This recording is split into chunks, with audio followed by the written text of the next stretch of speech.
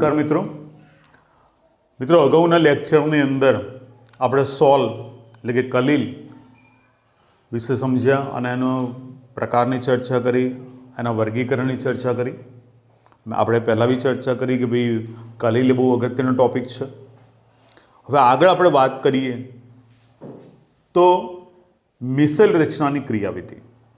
મિત્રો મિસેલ રચનાની ક્રિયાવિધિ પ્રશ્ન બોર્ડની અંદર બી આપણને 2 થી 3 માર્ક્સમાં પૂછાઈ શકે. એકદમ સિમ્પલ છે. તમે જુઓ તો મિસેલ રચનાની ક્રિયાવિધિની ચર્ચા કરીએ તો આપણે પહેલાં વાત કરીએ સાબુ. સાબુનું જે દ્રાવણ હોય એ વાસ્તવમાં મિત્રો ફેટી એસિડનો સોડિયમ અથવા પોટેશિયમનો ક્ષાર કહેવાય. ફેટી એસિડનો સોડિયમ અથવા પોટેશિયમનો ક્ષાર કહેવાય. એનું સૂત્ર લખવું હોય તો આપણે આવી રીતે લખી શકીએ RCOONA. મિત્રો RCOONA.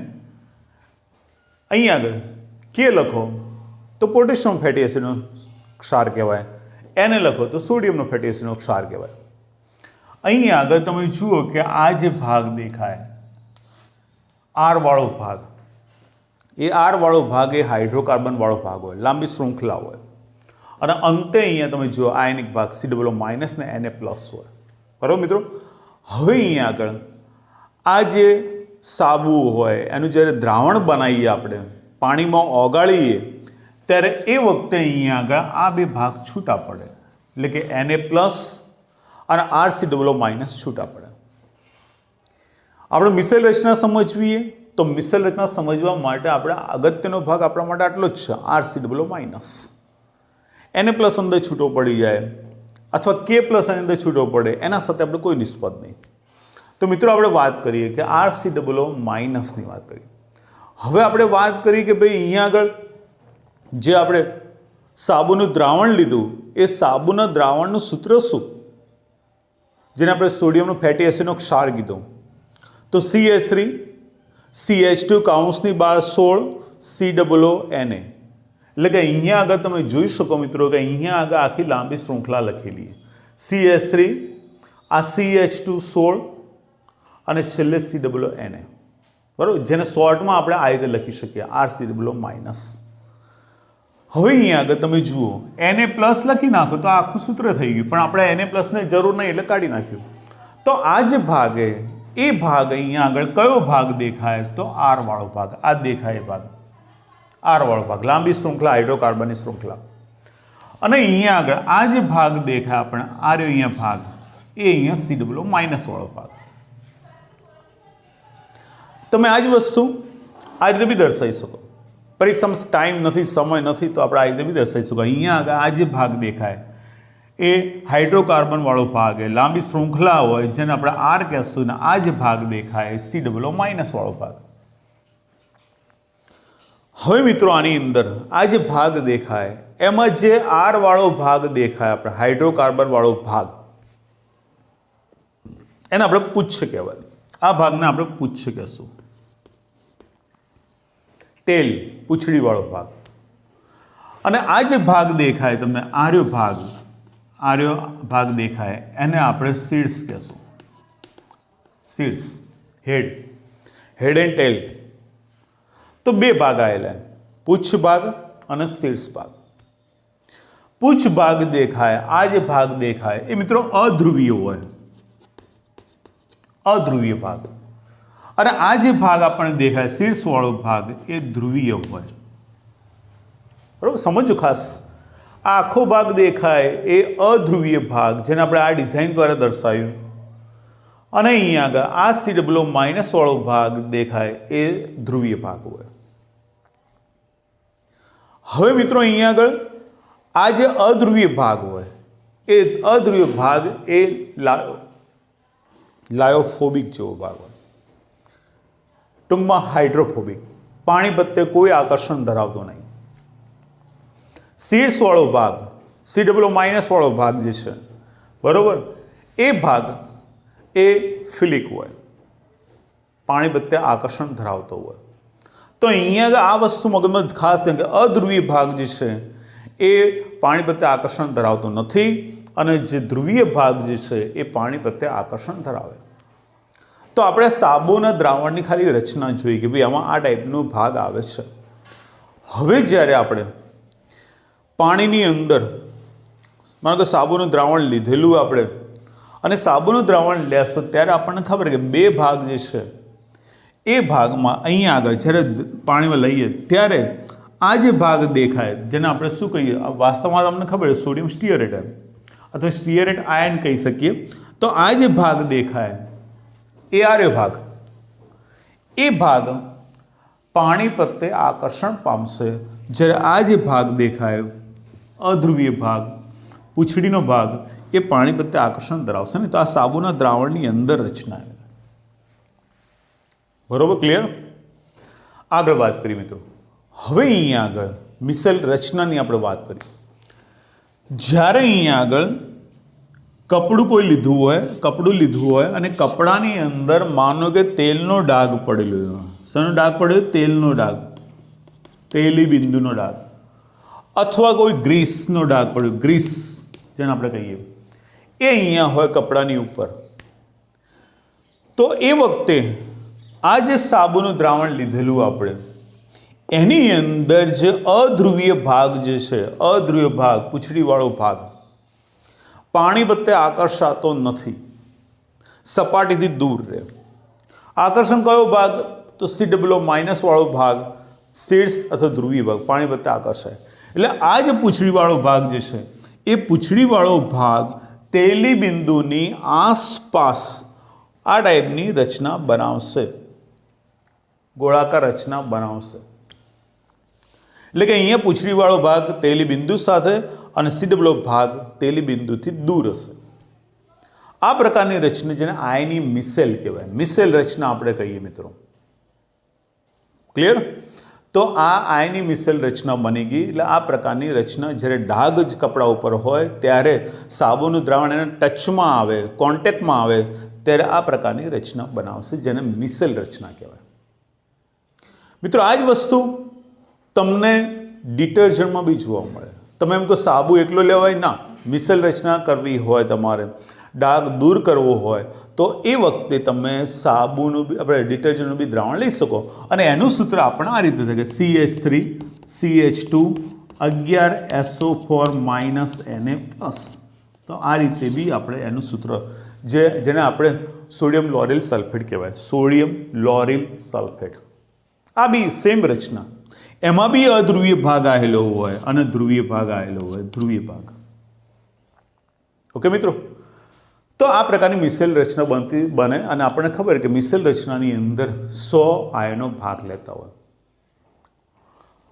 સમજ પડી ગયા એટલે સુધી? હવે આગળ વધીએ. અહીં આગળ કઈ રીતે સાબુ જે છે એ સાબુની સ્વૈચ્છિકરણ ક્રિયા કેવી રીતે, સાબુ કઈ રીતે મેલ દૂર કરે, તેલનો ડાઘ દૂર કઈ રીતે કરે એની વાત કરીએ. તો જ્યારે આ પ્રકારની રચના બને કપડાની ઉપર, પાણીની અંદર, જે આપણે જોઈ શકતા નથી. હવે અહીં આગળ આ અધ્રુવીય ભાગ જે છે એ અધ્રુવીય ભાગ તેલના બિંદુઓના ઘટક કણો જે છે એની સાથે જોડાશે, એની સાથે જોડાશે, સમુચ્ચ કણ જેવી રચના બનાવશે, જોડાઈ જશે.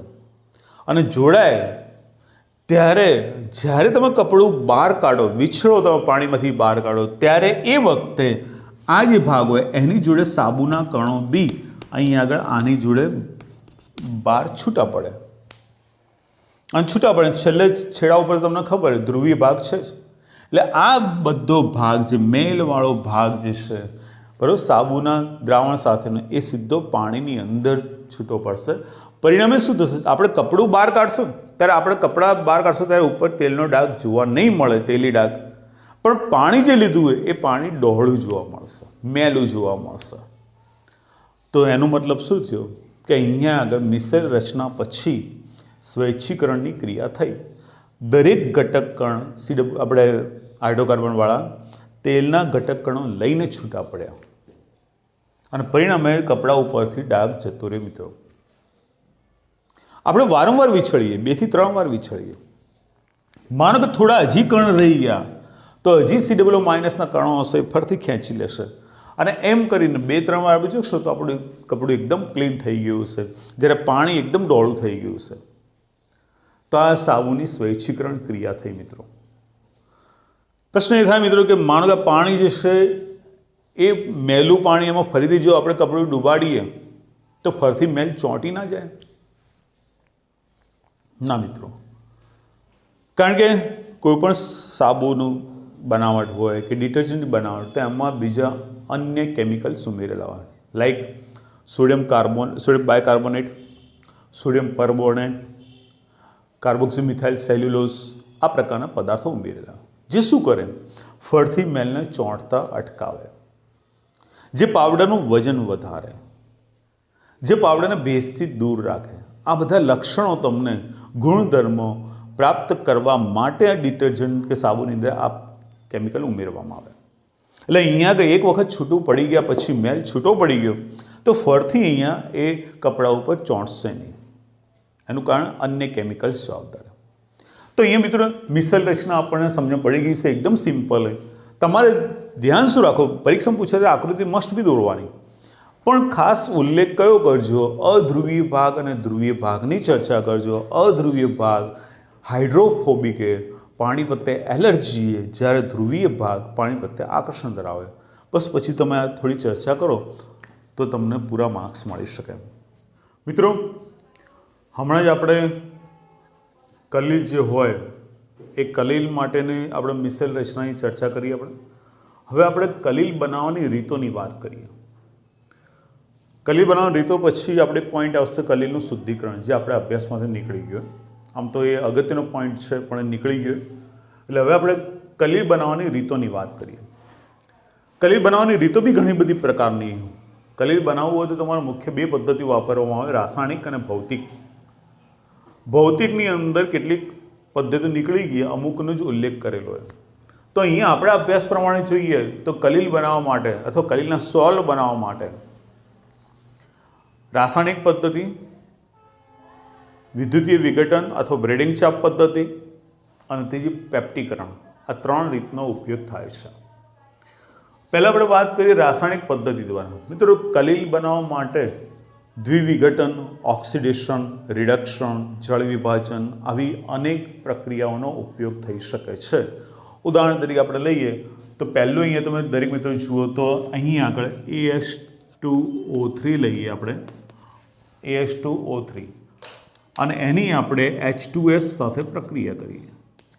H2S સાથે તો પ્રક્રિયા થશે એટલે અહીંયા આગળ આપણને AS2S3 મળશે અને પાણી છૂટું પડશે. બેલેન્સની વાત કરીએ તો આ રીતની ઘટના બનશે. મિત્રો, તમે જોઈ શકો આર્સેનિકનો ઓક્સાઇડ અને હાઇડ્રોજન સલ્ફાઇડ વચ્ચે પ્રક્રિયા થશે. આ આપણને સોલ્વ મળ્યો, આર્સેનિકનો સોલ્વ મળ્યો, બરાબર. અને અહીંયા આગળ પાણી છૂટું પડે. કઈ પ્રક્રિયા થઈ આ પ્રક્રિયા? તો આ પ્રક્રિયાને દ્વિવિઘટન કહેવાય. દ્વિવિઘટન.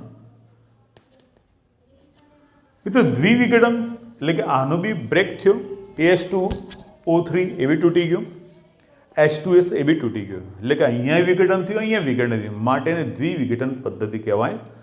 તો AS2O3 વત્તા H2S જોડાશે એટલે AS2S3 બનશે અને વત્તા H2. તો અહીંયા આપણને આર્સેનિક સલ્ફાઇડનો સોલ્વ મળશે.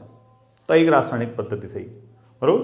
ઓકે મિત્રો, બીજી પદ્ધતિ તો SO2 અને SO2ની પ્રક્રિયા પણ આપણે H2S સાથે કરીએ. H2S સાથે તો એ વખતે સલ્ફર મળશે અને પાણી છૂટું પડશે. તો એ વખતે અહીંયા આગળ આપણે 3 મૂકી દો, બરાબર. અહીંયા આગળ 3 મૂકશો તો અહીંયા આગળ તમે ધ્યાનથી જુઓ મિત્રો કે અહીંયા આગળ સલ્ફર કેટલા? 2. સલ્ફર અહીંયા 3 મૂકે તો અહીંયા આગળ બી 3 થવા જોઈએ. તો અહીંયા હાઇડ્રોજન 4 થયા તો પાછું અહીંયા તમે મૂકો. તો આ જે પદ્ધતિ છે મિત્રો, એ પદ્ધતિને આપણે ઓક્સિડેશન પદ્ધતિ કહેવાય. કઈ કહેવાય? ઓક્સિડેશન. પ્રશ્ન થયો ઓક્સિડેશન કેવી રીતે ખબર પડી? જનરલી આપણને ખબર ઓક્સિજન ઉમેરાય એટલે ઓક્સિડેશન, હાઇડ્રોજન દૂર થાય એટલે ઓક્સિડેશન, ઓક્સિડેશન આંકમાં વધારો થાય તો ઓક્સિડેશન, એ આપણને ખબર. તો અહીંયા તમે જુઓ ધ્યાનથી કે અહીંયા સલ્ફર જે છે એ સલ્ફરનો અહીંયા -2 ઓક્સિડેશન આવે, અહીં સલ્ફરનો 0. તો આ સુધી વધારો થયો ઓક્સિડેશન આંક એટલે ઓક્સિડેશન પ્રક્રિયા. તો આ રીતે આપણને આ સોલ્વ મળ્યો. કયો સોલ્વ મળ્યો? તો સલ્ફરનો સોલ્વ મળ્યો મિત્રો. SO2 વત્તા 2H2S ઓક્સિડેશન પ્રક્રિયા, સલ્ફર 3s વત્તા 2h2. તો ઓક્સિડેશન પ્રક્રિયા દ્વારા બી તમે સોલ્વ બનાવી શકો. ઓકે મિત્રો, ક્લિયર? એના પછી આપણે વાત કરીએ ત્રીજી પદ્ધતિ. તો આપણે AuCl3 લઈએ, ઓરમ ક્લોરાઇડ, ઓરમ એટલે સોનું, AuCl3 એની પ્રક્રિયા આપણે ફોર્માલ્ડિહાઇડ સાથે કરો વત્તા તમે પાણી લો H2O, અને એ વખતે આપણને અહીંયા આગળ Auનો સોલ્વ મળશે, AU વત્તા SCOH મળશે મિત્રો, અને ક્લોરીન જે છે એ આપણને HCl સ્વરૂપે મળશે. બેલેન્સ કરો તો અહીંયા 2 આવશે, 3 દુ 6 એટલે અહીંયા 6 આવશે મિત્રો, અહીંયા આગળ 3 તમે જોઈ લો તો બેલેન્સ. તો આ જે પ્રક્રિયા એ પ્રક્રિયા રિડક્શન પ્રક્રિયા મિત્રો, રિડક્શન પ્રક્રિયા. પ્રશ્ન થાય રિડક્શન કેવી રીતે? AU જે છે અહીંયા +3 અને AU અહીંયા 0 તો આ ઘટાડો થયો ઓક્સિડેશન આપો, રિડક્શન પ્રક્રિયા. તો અહીંયા આગળ તમે જો ઓરમ ક્લોરાઇડની ફોર્માલ્ડિહાઇડ સાથે પ્રક્રિયા કરો, જલીય દ્રાવણ, રિડક્શન પ્રક્રિયા, AUનો આપણને સોલ્વ મળશે, સોનાનો સોલ્વ મળશે આપણને, ફોર્મિક એસિડ અને હાઇડ્રોક્લોરિક એસિડ છૂટા પડે. તો બી રાસાયણિક પદ્ધતિ કહી શકીએ, આ આપણને આવડવું જોઈએ. ઓકે, એના પછી આપણે વાત કરીએ મિત્રો ચોથી પ્રક્રિયાની વાત કરીએ તો FeCl3 લે, ફેરિક ક્લોરાઇડ, અને ફેરિક ક્લોરાઇડની પાણી સાથે પ્રક્રિયા કરો, પાણી સાથે ફેરિક ક્લોરાઇડ. તો એ વખતે અહીંયા FeOH થ્રાઇસ અને વત્તા અહીંયા આગળ આપણે HCl છૂટવું પડશે. અહીં તમે 3 લઈ લો મિત્રો, તો અહીંયા આગળ 3 લઈ લો, તો આ પ્રકારના આપણને FeOH થ્રાઇસ એટલે કે આયર્ન હાઇડ્રોક્સાઇડ અથવા ફેરિક હાઇડ્રોક્સાઇડના અવક્ષેપ આપણને મળશે. તો આ સોલ્વ મળ્યું કહેવાય, અવક્ષેપ એટલે આપણે સોલ્વ. તો અહીંયા આગળ તમે જુઓ કે અહીંયા આગળ આ બધા જ સોલ્વ. હવે આ પ્રક્રિયા કઈ થઈ? દ્વિવિઘટન, ઓક્સિડેશન, રિડક્શન. તો આ પ્રક્રિયા પાણી અંદર ઉમેરાય એટલે આને આપણે જળ વિભાજન કહેશું મિત્રો, પાણી અંદર ઉમેરાય એટલે. તો અહીંયા આગળ આ એક પદ્ધતિ જોઈએ, રાસાયણિક પદ્ધતિઓ દ્વારા દ્વિવિઘટન, ઓક્સિડેશન, રિડક્શન, જળ વિભાજન દ્વારા બી સોલ્વ બનાવી શકીએ છીએ. ઓકે, ચલો હવે બીજી પદ્ધતિ જોઈએ આપણે, વિદ્યુતીય વિઘટન પદ્ધતિ, બ્રેડિંગ ચાપ પદ્ધતિ. મિત્રો અમુક સોલ્વ એવા હોય કે આ પદ્ધતિ ના બનાવી શકે, ત્યારે આ પદ્ધતિ વાપરવામાં, બ્રેડિંગ ચાપ પદ્ધતિ. આ પદ્ધતિમાં પરિક્ષેપણ અને સંઘનન બંનેનો સમાવેશ કરેલો હોય. અહીંયા પદ્ધતિ સ્પેશિયલ કોના માટે? તો કોના સોલ્વ બનાવવા માટે? મિત્રો AU, AG અને PT, મેઇન સોનું, ચાંદી અને પ્લેટિનમમાં સોલ્વ બનાવવા હોય તો તમે આ પદ્ધતિ વાપરી શકો. પદ્ધતિમાં સિમ્પલ, એક પાત્ર લો, પાત્રમાં તમારે પરિક્ષેપણ માધ્યમ લેવાનું. પરિક્ષેપણ માધ્યમ આગળ વાત કરી, જેનું પ્રમાણ વધારે હોય, બરોબર?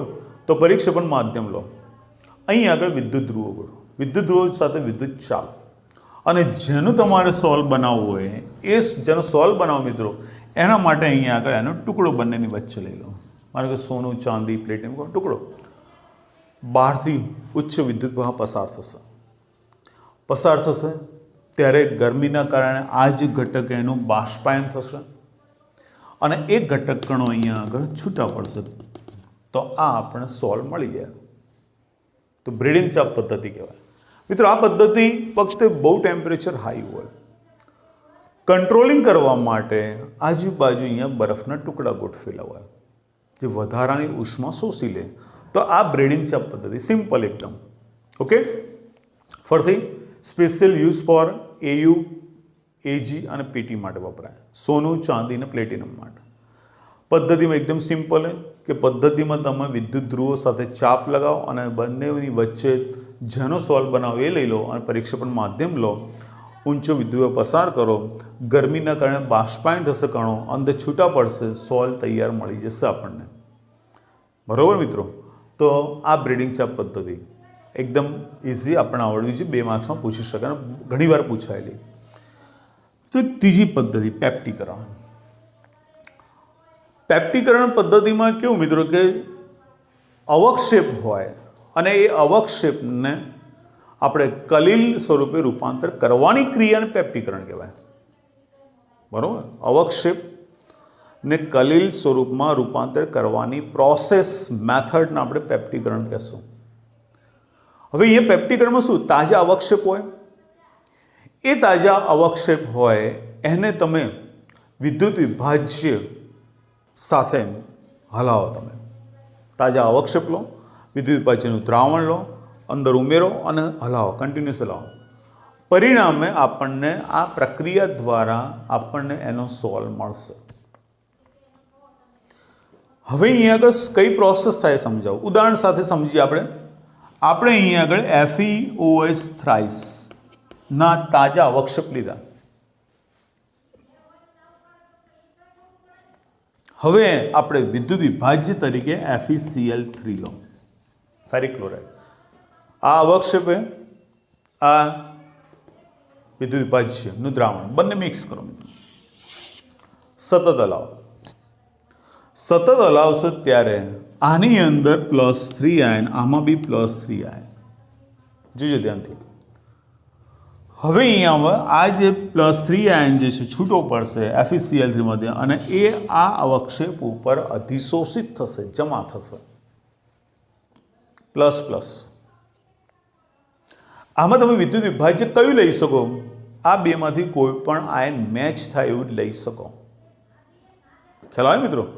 અહીં Fe+3, અહીં Fe+3, એટલે અહીંયા સોલ્વ બને.